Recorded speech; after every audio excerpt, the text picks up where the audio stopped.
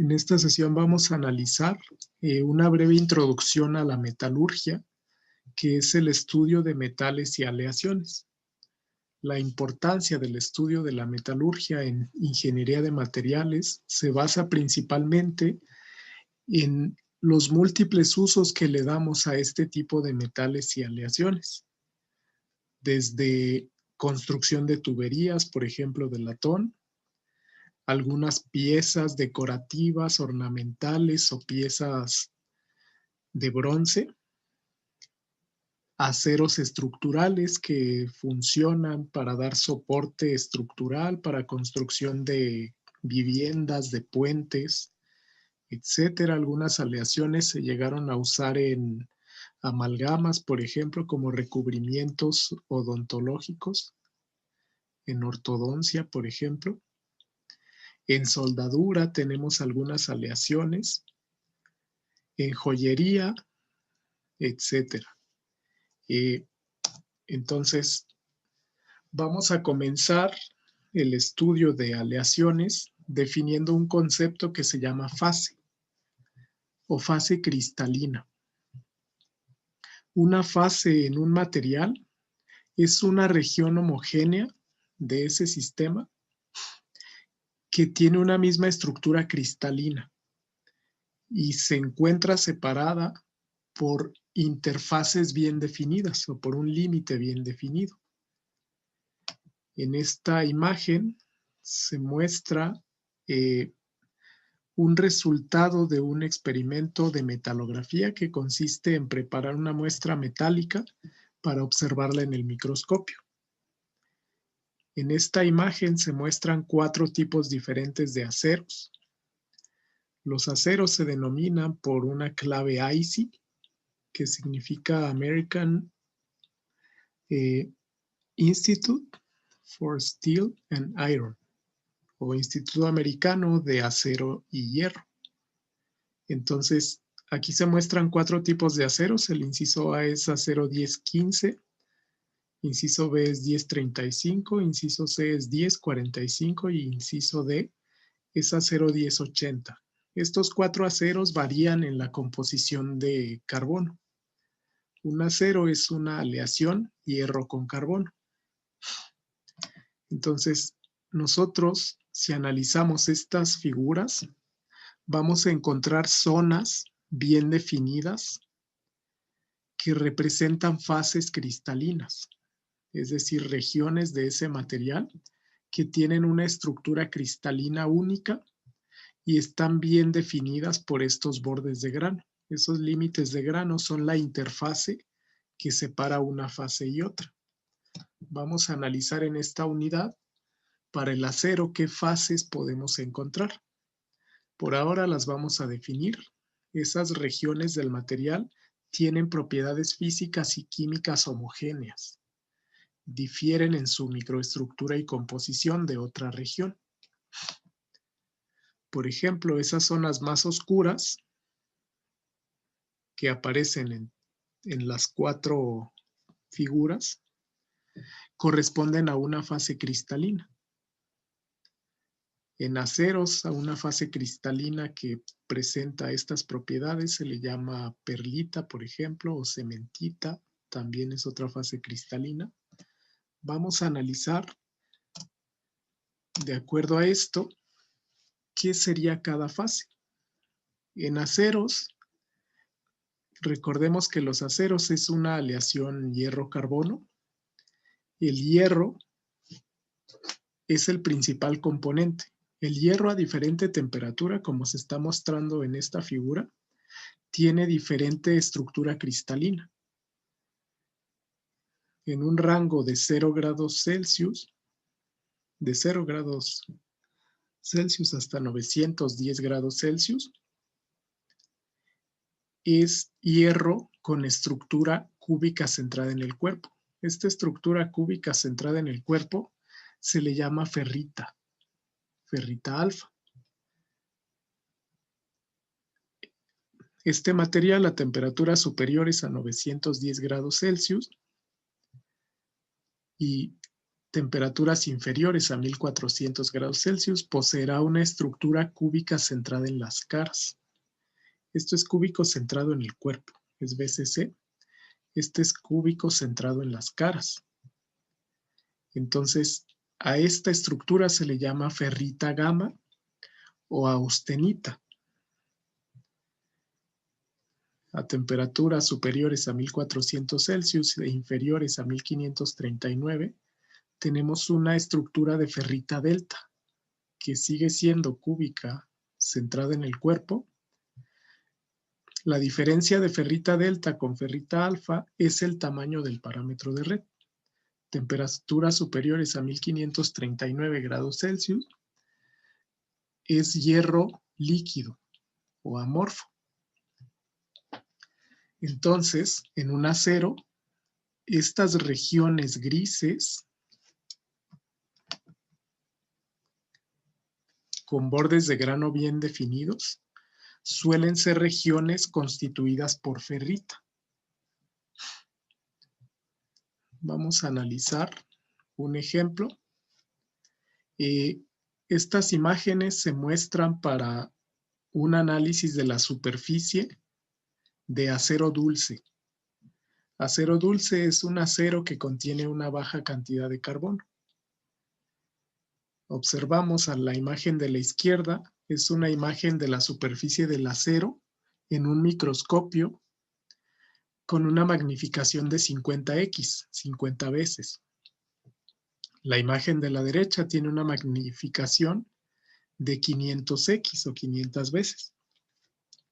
Aquí se comenta que este acero dulce cuenta con dos fases cristalinas. Una es fase ferrita, que es la región más clara. Si observamos, por ejemplo, esta imagen a 500x, vamos a observar estas líneas que yo estoy marcando, son bordes de grano o límites de grano que separan fases bien definidas.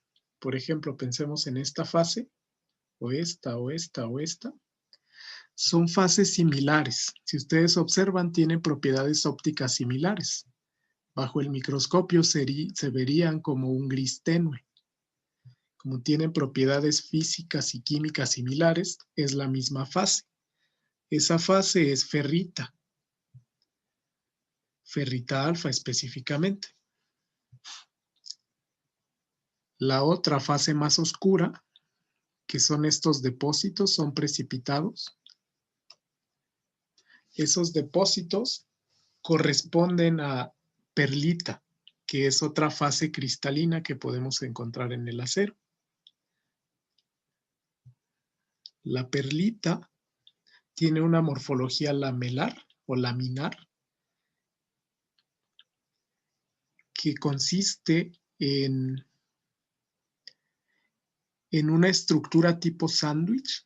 Por ejemplo, se tendrían capas una sobre otra de dos fases diferentes. En ese caso se forma una fase que se llama cementita, es carburo de hierro, esta que estoy coloreando, intercalada con ferrita alfa. Eso es la perlita, lo vamos a analizar más a fondo.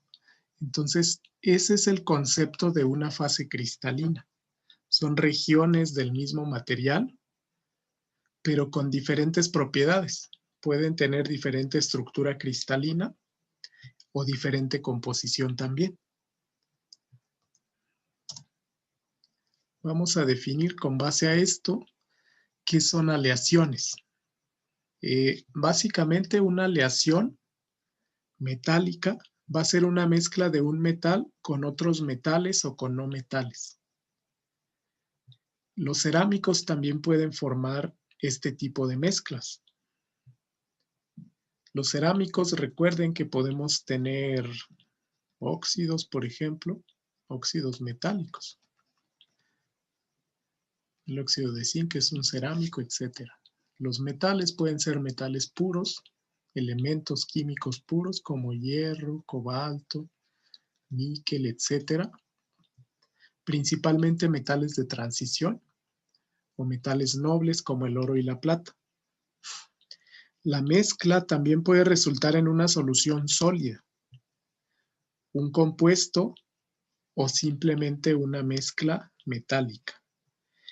Como ejemplos, por ejemplo, el latón, que se utiliza para la construcción de tuberías o de algunas conexiones para tuberías, es una aleación de cobre puro con zinc puro. Son dos elementos químicos puros, que son elementos de transición. Cuando se mezclan, forman latón. Se pueden mezclar en diferentes proporciones y sigue siendo un latón. Por ejemplo, el óxido de magnesio, este es un cerámico, con la alúmina, que es otro cerámico. Cuando se mezclan en propiedades iguales, forman lo que se llama un espinel. Ese material tiene características similares.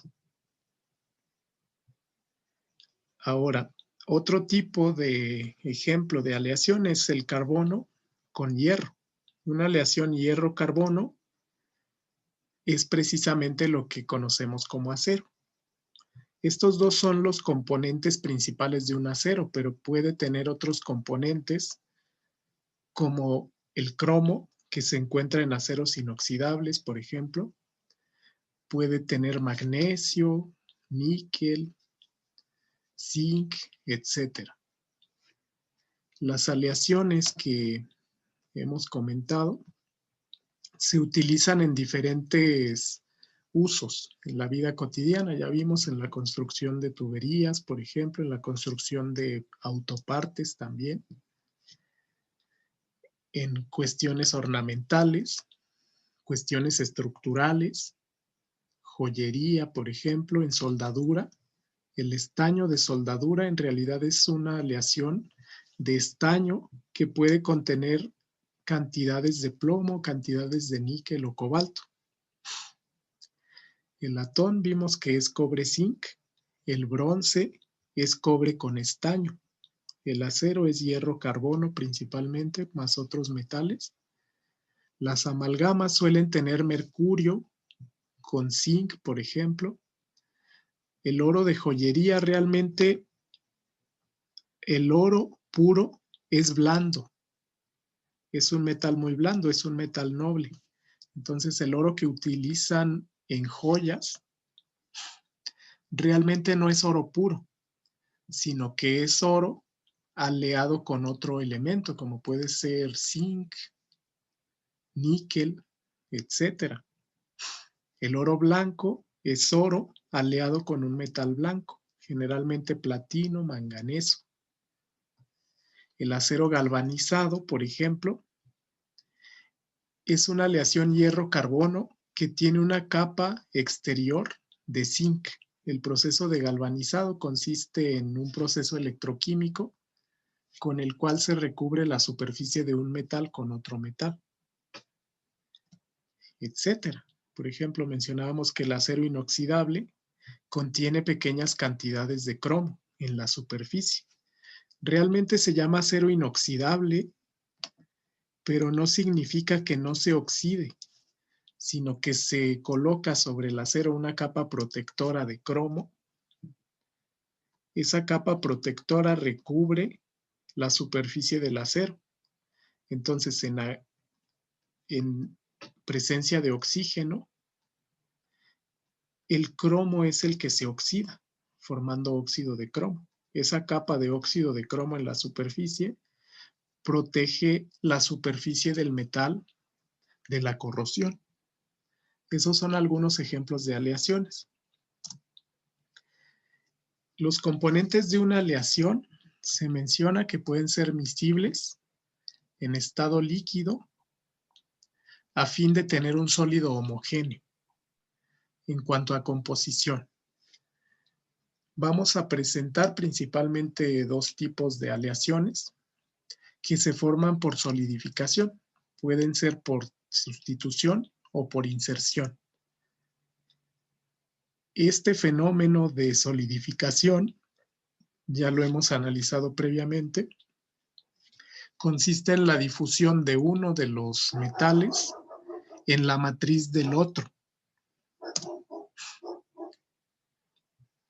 Además, una solución sólida es una combinación atómica homogénea en estado sólido entre dos o más elementos. Una aleación es una solución sólida.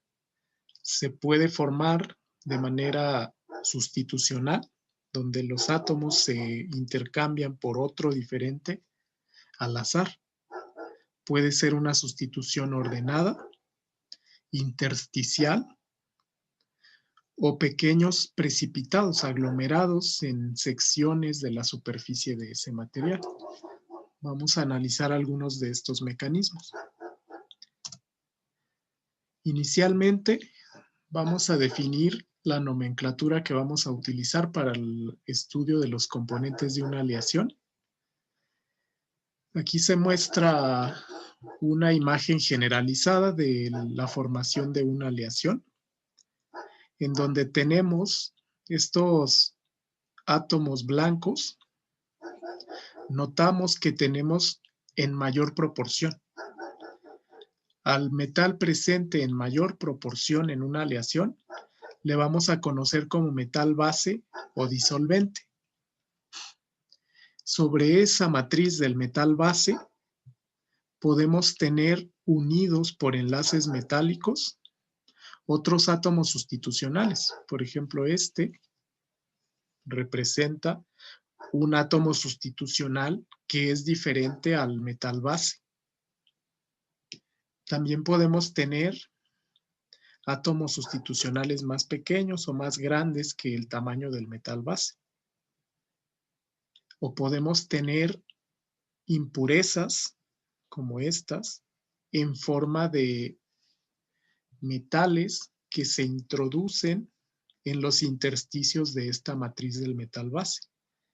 En general, al elemento que se encuentra en menor proporción en una aleación, le vamos a llamar aleante o soluto.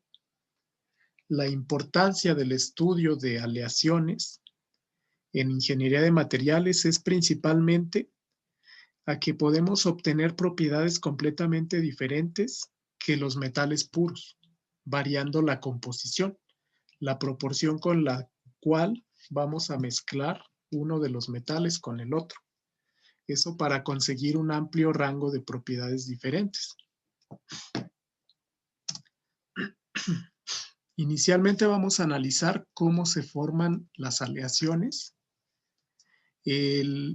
La forma de fabricación típica es por solidificación de metales. Existen otros métodos que se utilizan en menor proporción, pero este es el más utilizado a nivel industrial. Por solidificación nos referimos al siguiente método. Si queremos construir una aleación, inicialmente se funden los metales de manera independiente, se colocan en un molde, ese molde se enfría y el metal solidifica por medio de una disminución de la temperatura. Entonces hay un cambio de fase de líquido a sólido. Esa aleación solidifica precisamente porque estaría debajo de su temperatura de fusión.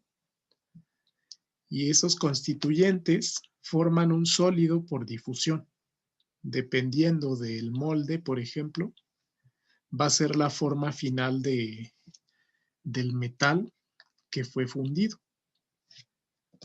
Hemos analizado algunos ejercicios cuando vimos las leyes de difusión. Ahora nos vamos a centrar en el proceso propiamente de solidificación. Lo que sucedería en ese ejemplo es lo siguiente. Vamos a representarlo en este diagrama tiempo-temperatura, en donde la temperatura de vaciado representa la temperatura a la cual fueron vaciados precisamente los dos metales fundidos. Posteriormente se enfría a lo largo del tiempo, llega al punto de fusión. En la temperatura de fusión comienza la solidificación. Esta línea verde es un cambio de fase. de fase líquida que tendríamos acá arriba a fase sólida. Los cambios de fase termodinámicamente ocurren a temperatura constante. Posteriormente, llega completamente a la fase sólida y se enfría. Lo que ocurre es que en el líquido, en esta zona verde, se van formando pequeños puntos de nucleación que eventualmente por la disminución de la temperatura solidifican. Es decir, van creciendo cristales en la superficie del líquido hasta que el 100% del líquido se convirtió en fase sólida. Esos núcleos crecen de manera equiaxial, es decir, de manera igual. La velocidad de crecimiento de esos núcleos es igual en todas direcciones, dependiendo del metal. Por ejemplo, resolvimos un ejercicio de una solidificación de latón. Cobre-zinc se funden de manera independiente, se colocan en un molde y se disminuye su temperatura. Existen diferentes formas de colocarlo. Vemos aquí la representación atómica de esta estructura, en donde el cobre o el zinc pueden tener vacancias que por difusión átomos de cobre van a difundirse hacia la estructura de zinc y viceversa, formando la aleación. Este fenómeno generalmente sucede en estado transitorio, no es en estado estacionario, por lo que para modelarlo se utiliza la segunda ley de Fick. El mecanismo de difusión influye directamente en la formación de la aleación. Ya hemos analizado que existen dos mecanismos de difusión en sólidos. El mecanismo sustitucional, donde las vacancias son ocupadas por átomos de otro elemento, o el mecanismo intersticial, donde átomos de un elemento más pequeño ocupan los intersticios de la estructura del metal base. El mecanismo sustitucional, precisamente como lo hemos analizado, aumenta a lo largo del tiempo. La concentración de los dos metales va a llegar a un equilibrio. Aquí analizábamos, si recuerdan del tema de difusión, que para el mecanismo sustitucional deben existir vacancias. Aquí se representa un ejemplo de un sistema cobre-níquel, en donde los átomos de cobre viajan hacia las vacancias del átomo de níquel. Si avanza el tiempo, cada vez más átomos de cobre van a moverse hacia el sitio de níquel y viceversa, hasta que se llega a un equilibrio. Para el mecanismo intersticial, el mecanismo es similar, pero los átomos que se difunden son más pequeños. Usualmente, los solutos son átomos muy pequeños como carbono, hidrógeno, nitrógeno, oxígeno. Por ejemplo, en un acero, estos átomos azules representarían la estructura de hierro. Serían átomos de hierro. En un acero, el carbono se difunde de manera intersticial, ocupa estos espacios vacíos. Existen diferentes restricciones dependiendo del mecanismo de difusión. Principalmente son restricciones geométricas. Para los aceros, por ejemplo,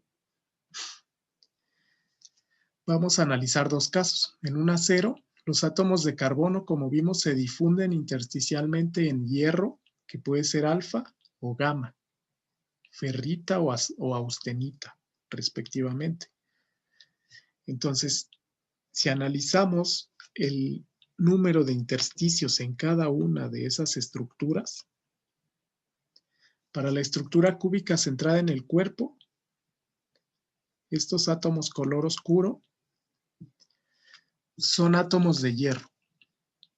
Debido a la geometría de este sistema cristalino, el número de intersticios son 24, 4 por cada una de las 6 caras. Eso impone una restricción geométrica. Por cada celda unitaria, de manera máxima, se podrían ocupar esos 24 intersticios. Cada uno de esos intersticios serían ocupados por carbono, de manera máxima. Sin embargo, existen restricciones termodinámicas que limitan la solubilidad. En el caso de la cúbica centrada en las caras, se tiene este número de intersticios. 4 en esta cara, otros 4 en la parte media, otros 4 son 12 y otro que tenemos al centro. Entonces, en cada celda unitaria, esa geometría define precisamente la formación de las aleaciones. Además de que la solubilidad también se basa en el tamaño relativo de los átomos. Como vimos, podemos tener intersticios triangulares, octaédricos o tetraédricos. Además, en cada tipo de geometría, nosotros podemos encontrar en esta tabla el valor máximo del radio del átomo intersticial que puede ingresar en ese defecto cristalino, en ese intersticio, sin deformar la estructura. Eso impone otra restricción geométrica más. Por ejemplo, a manera comparativa, el radio atómico del hierro es 0.124 nanómetros, comparado con el del carbono, que es 0.077 nanómetros. Aquí los átomos no están dibujados de manera proporcional. El átomo de hierro es mucho más grande que un átomo de carbono. Eso impone precisamente una restricción de solubilidad, una restricción geométrica.